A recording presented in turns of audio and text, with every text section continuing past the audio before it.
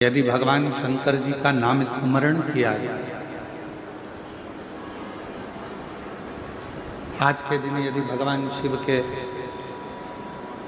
नामों को जपा जाए या भगवान शिव के नामों का स्मरण किया जाए या स्कंद भगवान के पवित्र चरित्र का स्मरण किया जाए तो भगवान शिव की अनुपम कृपा आप और हम पर होती है। परिवार का कोई सदस्य यदि रूठ गया है, परिवार का कोई सदस्य यदि आपस में यदि कोई विवाद हो रहा है या परिवार टूट रहा है या आपस में बहुत ज़्यादा क्लेश चल रहा है, तो आज के ही दिन, स्कंद षष्ठी के ही दिन, एक बेलपत्र, एक दुर्वा, एक श्वेत पुष्प, सफेद फूल, स्कंद भगवान का जो स्थान, आपको पहले भी कथा में कहा कि भगवान श्री शिवलिंग, जलाधारी माँ जगतजननी जगदम्बा अम्बा माँ पार्वती जी का स्थान, ये शिवलिंग, ये माता पार्वती जी का स्थान, और ये जो स्थान है इसमें राइट में गणेश जी, लेफ्ट में कार्तिकेय जी, बीच में अशोक सुंदरी। तो जो स्कंद भगवान का जो स्थान है,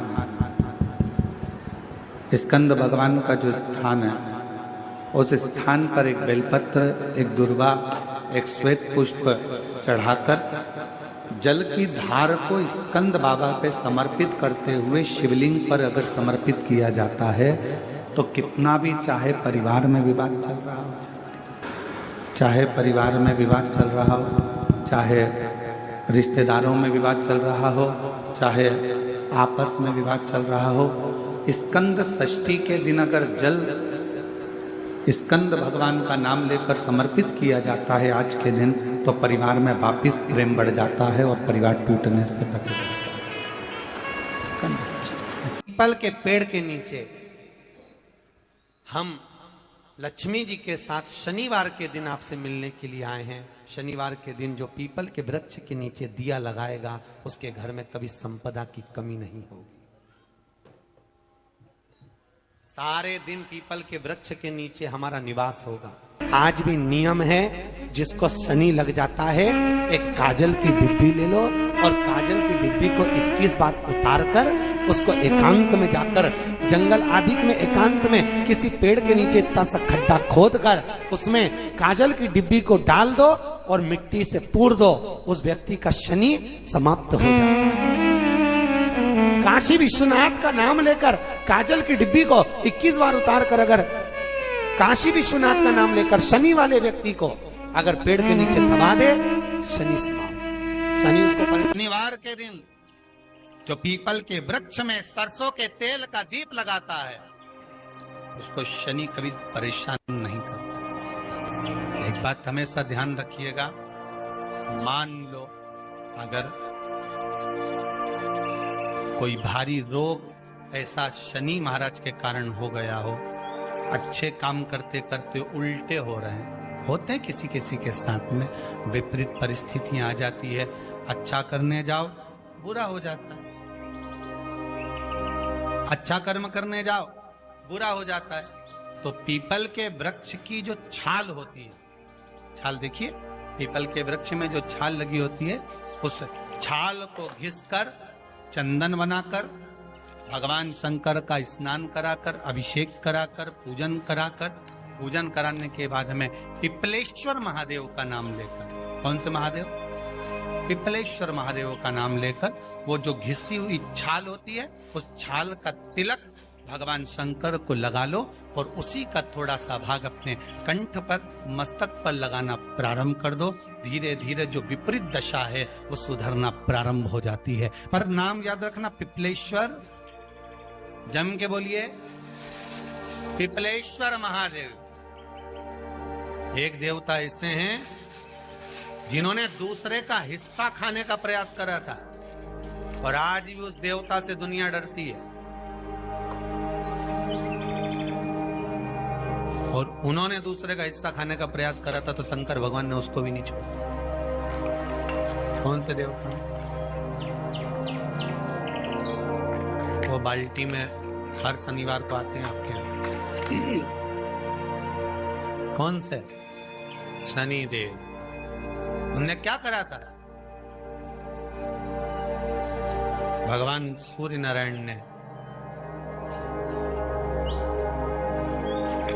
अपने सारे पुत्रों को देखा, सारे पुत्रों,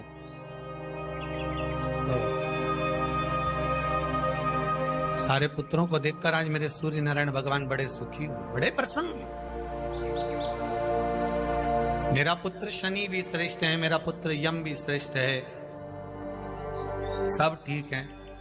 आज भगवान सूर्य देवता ने अपने पुत्रों को बुलाकर कहा, आज मेरा मन कर रहा है कि मैं सारे लोगों का राज्य अपने पुत्रों को बांट दूं, सबको अपना अपना हिस्सा दे दूं। शनि महाराज जी को भी हिस्सा दे दिया गया। अब जब शनि महाराज जी को हिस्सा दे दिया तो शनि महाराज जी संतुष्ट नहीं हुए। दुनिया में ऐसे लोग बहुत सारे हैं जो संतुष्ट बहुत कम हो पाते। शनि देव के मन में संतुष्टि नहीं हुई। जब शनि देव के मन में संतुष्टि नहीं हुई तो शनि महाराज उसी समय पर अपने सारे भाइयों का हिस्सा बटोरने लगे, उस पर कब्जा करने लगे। कब्जा करने लगे तो सूर्य देवता की आंख में जल भर गया। कितना तेजवान सूर्य नारायण, कितने तेजवान,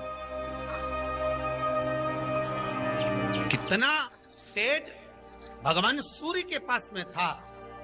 पर शनि महाराज को देखकर आज रो रहे हैं। शनि महाराज को, शनि महाराज ने अपने भाइयों के इस हिस्से पर क्या कर लिया। सूर्य नारायण भगवान की आंखों में जल भर गया कि मेरा पुत्र ऐसा कर रहा है। शनि को बुलाया सूर्य नारायण भगवान ने, समझाया और नहीं माना। किसी किसी की नियत होती है कि इसको इतना कैसे दे दिया, अम्मा ने इसको इतना कैसे दे दिया, पिताजी ने इसको इतना कैसे दे दिया, मैं तो कब्जा करूंगा, दुकान नहीं छोड़ू, घर नहीं छोड़ू, ये नहीं छोड़ू, वो नहीं छोड़ू। मत छोड़, एक दिन संसार छोड़कर जाना पड़ेगा। तब कहीं जमीन जायदाद छाती पे बांध के ले जाएगा। नहीं माने तो सूर्य देवता ने अपने गणों को भेज दिया, जाओ जरा शनि महाराज को जरा हटाओ वहां से। शनि महाराज को गुस्सा आया और शनि महाराज ने उन सारे गणों को नष्ट कर दिया। सूर्य नारायण रो रहे हैं। भगवान शंकर की पंचायत में सूर्य देव भी हैं, मतलब शंकर भगवान के मित्रों की गणना में सूर्य आते हैं। भगवान विष्णु, सूर्य नारायण, शंकर भगवान, माँ दुर्गा, गणेश जी, ये पंचायत है ना शंकर की, शिव पंचायत। शिव परिवार में कार्तिकेय, गणेश जी, पार्वती जी, शंकर जी, नंदी, ये शिव परिवार। पंचायत में सूर्य देवता। सूर्य नारायण को रोता हुआ देखकर भगवान शंकर को बड़ा दुख हुआ। शिव जी ने पूछ लिया, क्या बात है, आप रो रहे हो?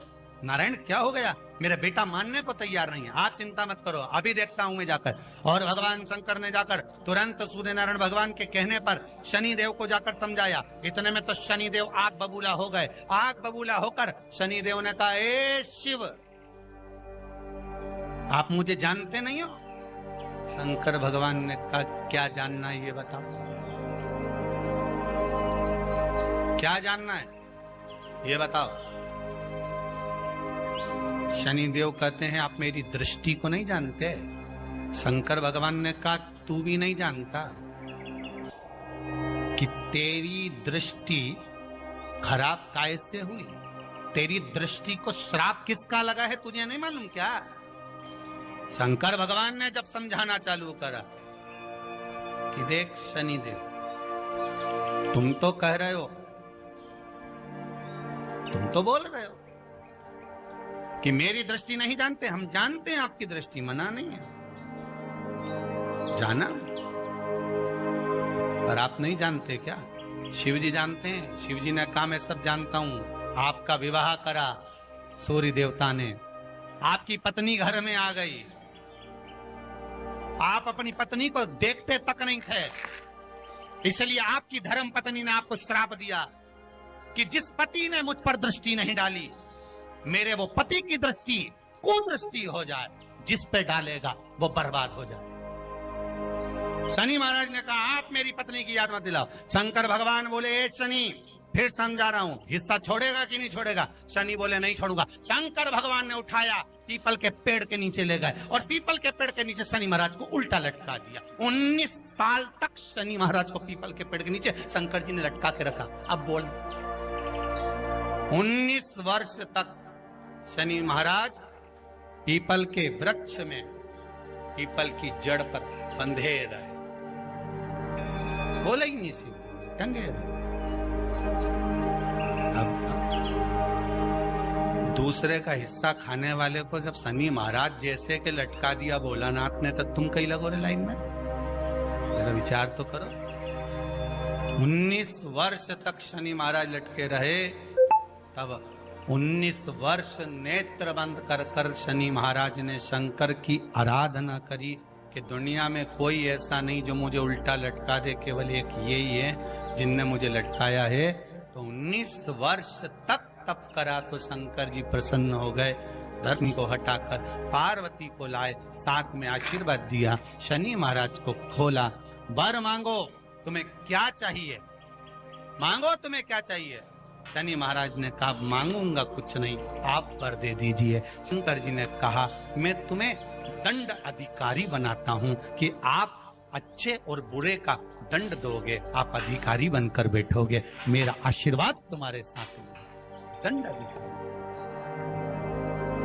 भगवान शंकर का एक अवतार है पिपलाद अवतार। पिपलाद अवतार। जब दधीचि ऋषि की अस्थियां चली गई, उनकी धर्मपत्नी सुवाच ने देखा मेरे पति को मार दिया गया, मेरे पति की अस्थियां ले गए राक्षसों का संहार करने के लिए, उनकी अस्थियां लेकर चले गए, मेरा पति चले गया। सुवाच गर्व से थी, मरना चाहती थी, प्राण छोड़ना चाहती। शिव जी ने देखा ये तो अग्नि के ऊपर चढ़कर अपनी देह त्याग रही है। शंकर भगवान ने आकर कहा रुक जा सुवाच, रुको, तुम्हारे गर्भ में बच्चा है, तुम्हारे गर्भ में बच्चा है, वो बच्चा मर जाएगा। अब इस बच्चे को जन्म देकर भी क्या करूं? नहीं पिता, तुम्हारे गर्भ में जो बच्चा है वो महाज्ञानी है, तुमने मुझसे प्रसाद के रूप में मांगा था, कहा था शिव जैसा पुत्र होना चाहिए, तो क्या तुम शंकर को नष्ट कर दोगे? मैं शंकर को जन्म दूंगी। सुवाच ने 2 पत्थर उठाए, अपने गर्भ पर मारना प्रारंभ करा, गर्भ पर मारा, बच्चे ने जन्म लिया। बच्चा 7 महीने का था। उस बच्चे को उठाकर पीपल के कोटर में रख दिया। पीपल की कोटर। एक गिलहरी पीपल के फल को लेकर आती थी, पिपलाद के मुंह में देती थी। शिव का एक, इसलिए शंकर का नाम ही पिपलेश्वर महा। शिव का एक अवतार पिपलाद के रूप में हुआ है। तुम क्यों चिंता करती हो? तुम चिंता मत करो, तुम्हारा पुत्र जन्म दो तुम। और दिया धन सुवाच ने, उसके बाद प्राणों को त्यागा। और उस पीपल के कोटर में अगर भरण पोषण करने वाला कोई था तो वह देवाधिदेव महादेव था। फिर निवेदन करेंगे, माता के गर्भ में बच्चा रहता है, उसका भरण पोषण करने वाला मेरा देवाधिदेव महादेव है। अगर जन्म उसने दिया है तो मृत्यु भी वो देगा। अगर तुमको कुछ ज्ञान दिया है तो अच्छी जगह पर भी वही पहुंचाएगा। आप जो अभिलाषा लेकर आते हैं, बच्चे कहते हैं हमारी नौकरी नहीं है, सर्विस नहीं है, हम इस कॉलेज में पढ़ना चाहते हैं, हम इस जगह जाना चाहते हैं, हम इस पद पर जाना चाहते हैं, बस इतना याद रखना, तुम्हारा भाग्य बुरा नहीं होता। कभी भी याद रखना, संसार में जिसको भगवान ने जन्म दिया उसकी किस्मत कभी बेकार नहीं हो सकती। अगर भगवान तुम्हारी किस्मत बेकार होती तो जानवर बनाकर पैदा करता, इंसान बनाकर नहीं। किस्मत अच्छी थी इसलिए इंसान बनकर पैदा, जानवर बनाकर पैदा नहीं करा।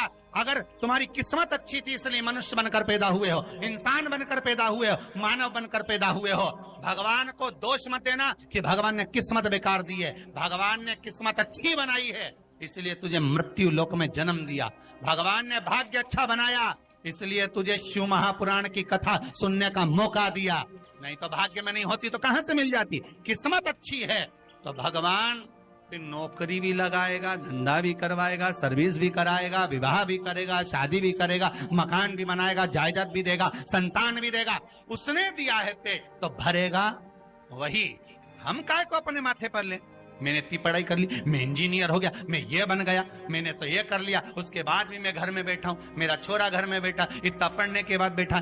जन्म उसने दिया है, भाग्य उसका है, किस्मत उसकी है, तो कहो उसको कि शंकर का भजन कर, मंथन करे, मक्खन निकलेगा और घी भी जरूर बने। हारना मती, जब तेरे 3.5 करोड़ बन, गिनती मत करना, गिनती वो करेगा। तू तो भज, तू कुबेरेश्वर का स्मरण कर, तू महाकाल का स्मरण कर, तू काशी विश्वनाथ का स्मरण कर, तू महाकाल राजा का स्मरण करके तो देख। शिव का भजन कर, 1 लोटा पानी ले जाकर रोज चढ़ा शंकर जी के मंदिर में जा। शिव से भजन करने में क्या देरी? नहीं जा सकता शिव मंदिर में जाने में? बच्चों को अगर शर्म आती हो तो बेलपत्री के पेड़ के नीचे पानी चढ़ाया, वो भी नहीं कर सकता तो पीपल के पेड़ के नीचे चढ़ाया, वो भी नहीं कर सकता तो आंवले के पेड़ के नीचे चढ़ाया। पर कहीं जुड़ तो सरी, एक बार साध तो सरी, पकड़ने का प्रयास तो करो परमात्मा।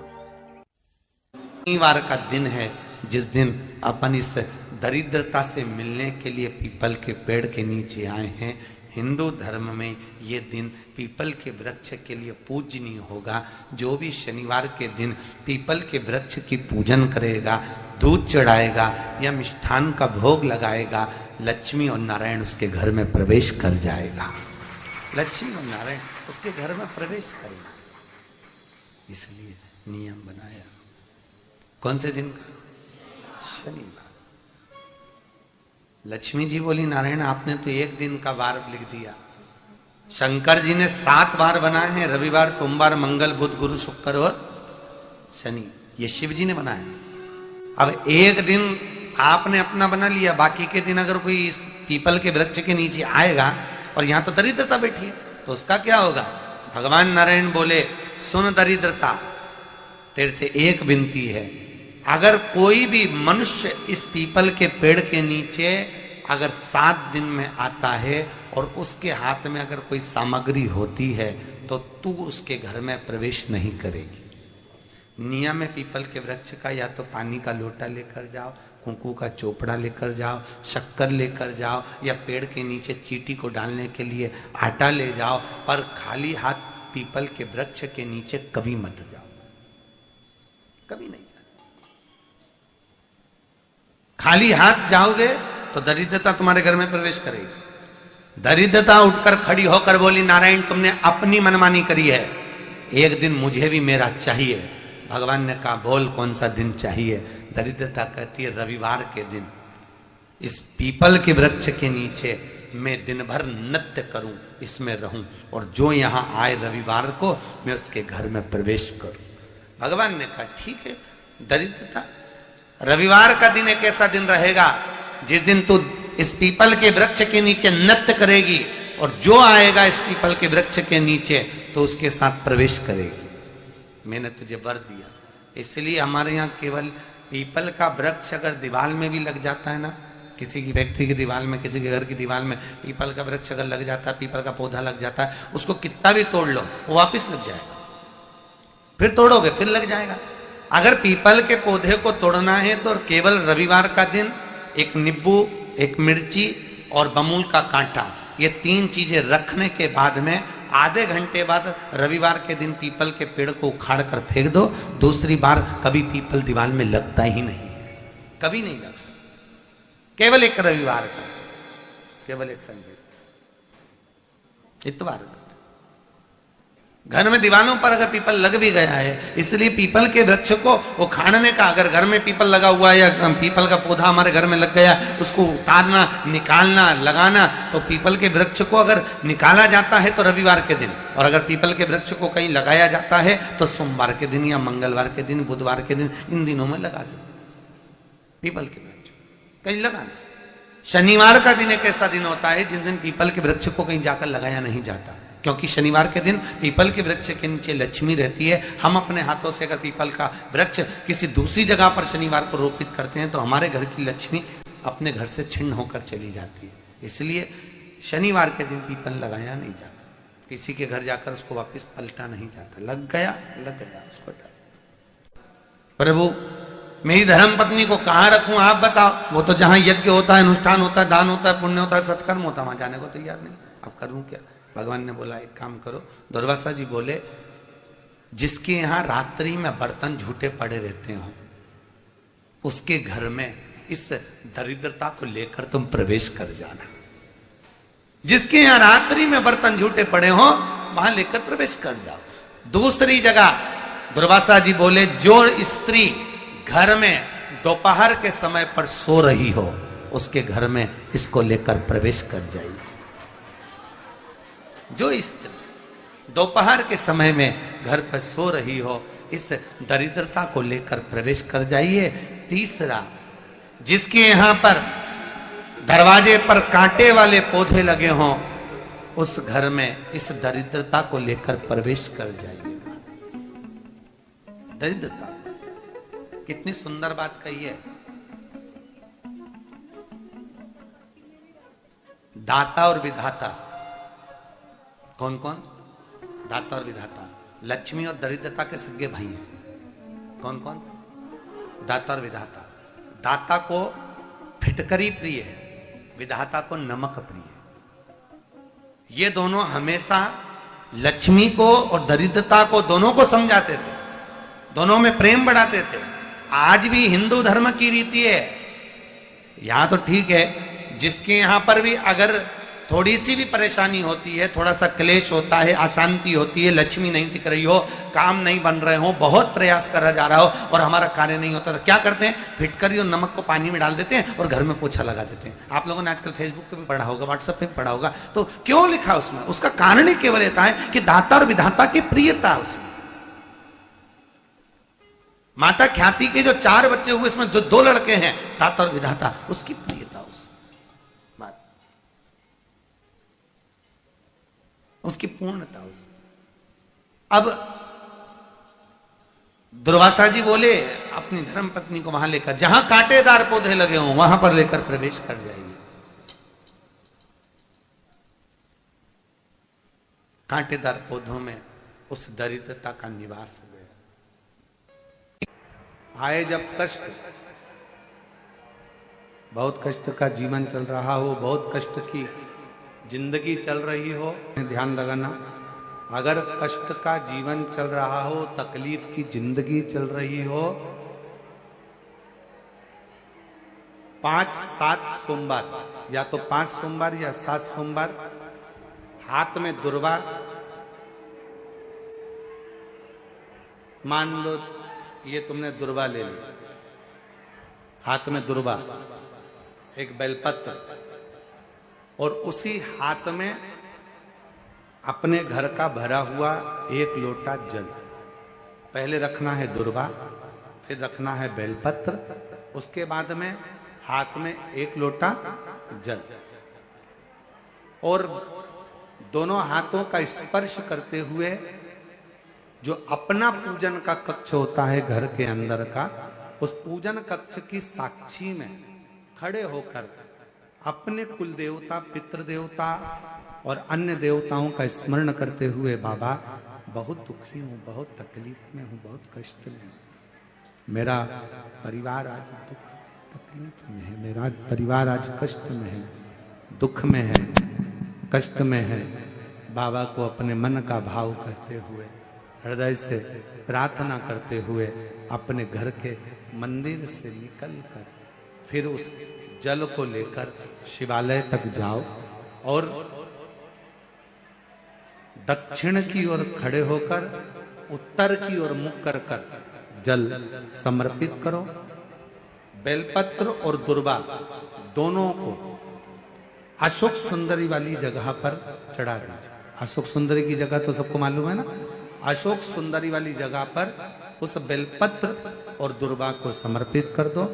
चढ़ा हुआ थोड़ा सा जल लेकर आओ, घर के दरवाजे पर उसका छींटा दे दो, लेपन कर दो, और बाबा से 5 सोमवार नियम से आप दुर्वा, बेलपत्र और जल का प्रयोग अगर करोगे, 5 सोमवार पूर्ण होंगे, जो तुम्हारा दुख है वो समाप्त जरूर होगा। शिव करुणा जरूर, शिव कृपा जरूर। बस इसमें 3 चीजों का स्मरण रखिएगा। 3 चीजों शिव पुराण कर रही है, इसमें 3 चीजों का स्मरण करिए। पहले नंबर पर दुर्वा, दूसरे नंबर पर बेलपत्र और तीसरे नंबर पर जब जल चढ़ाकर वापिस आओ तो अपने घर में प्रवेश के पहले देहली पर चौखट पर भगवान शंकर के अपने घर के द्वार पर शिव का नाम लेकर जल का सिंचन। 3 शिवजी की करुणा का गुणगान करने के लिए 3, जब आप तकलीफ में होते हो तो 3, शंकर को जल चढ़ाने वाला 1 लोटा जल चढ़ाने वाले के पास 3 को भगवान शिव अवश्य भेजते हैं। दुख को समाप्त करने से पहले 3 को मेरा शंकर आपके दरवाजे पर जरूर भेजता है।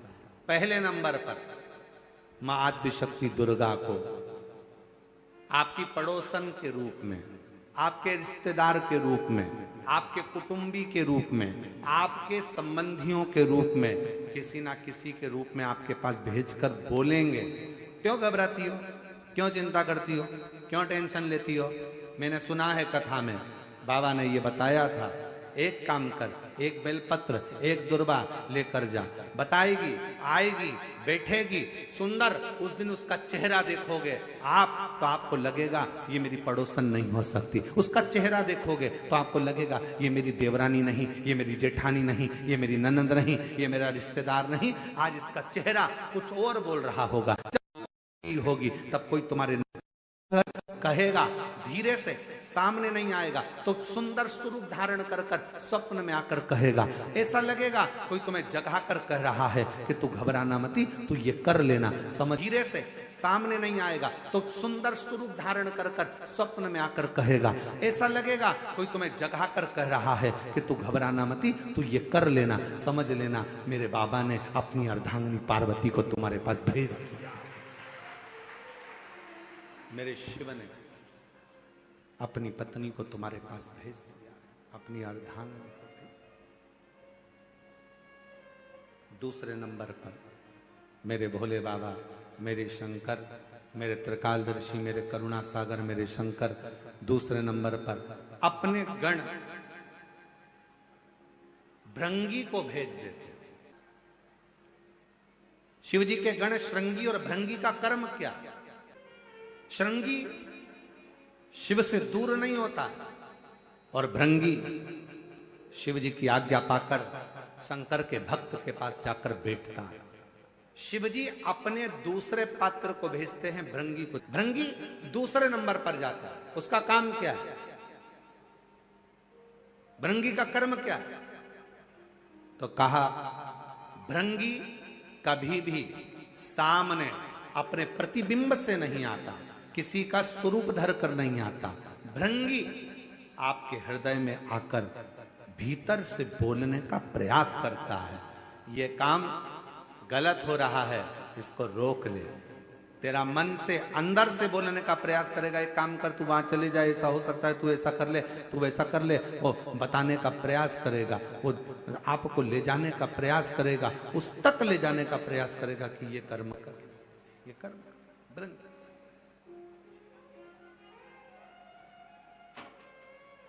दूसरे नंबर पर भृंगी आपके मन की वाणी को शिव तक पहुंचाने का प्रयास करेगा। और तीसरे नंबर पर भगवान शंकर अपने भक्त का दुख हरने से पहले तीसरे नंबर पर भेज देते हैं अपने नंदीश्वर को, अपने नंदी गण को मेरे शिव भेजते हैं। नंदी का काम क्या है? जैसे ही नंदी आता है, कोई व्यक्ति के रूप में, किसी रूप में, किसी फोन के रूप में, किसी कॉल के रूप में, किसी पत्र के रूप में, किसी मैसेज के रूप में, जब नंदी तुम्हारे घर में प्रवेश करता है तब वो तुम्हारे रास्ते को क्लीन कर देता है, रास्ते को साफ कर देता है, उसको मार्ग को प्रशस्त कर देता है। आप दिल से उससे कहो, जहां तार ना जुड़े। कोई कई जगह कहे ना, अभी हमने कहा कि हमारे बच्चे कहे यहाँ पर सिग्नल मिल रहा है, कोई कहे वहां सिग्नल मिल रहा है। अगर सारी दुनिया से हार गए तो फिर एक जगह पर जाकर सिग्नल मिलाना।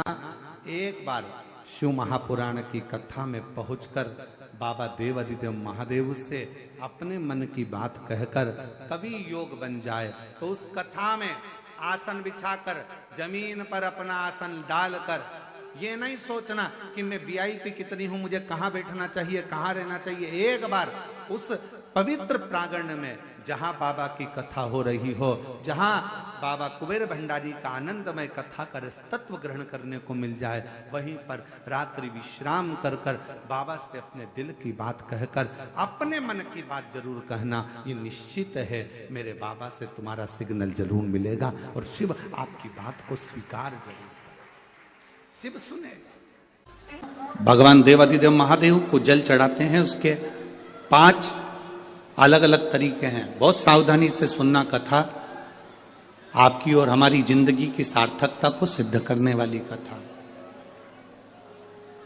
आज पंजाब की इस पवित्र भूमि पर अगर यह प्रसंग निकला है तो इसको आप अगर सुनेंगे तो आपका जीवन सार्थक होगा। शिव जी को 5 तरह से जल चढ़ाने का तरीका है।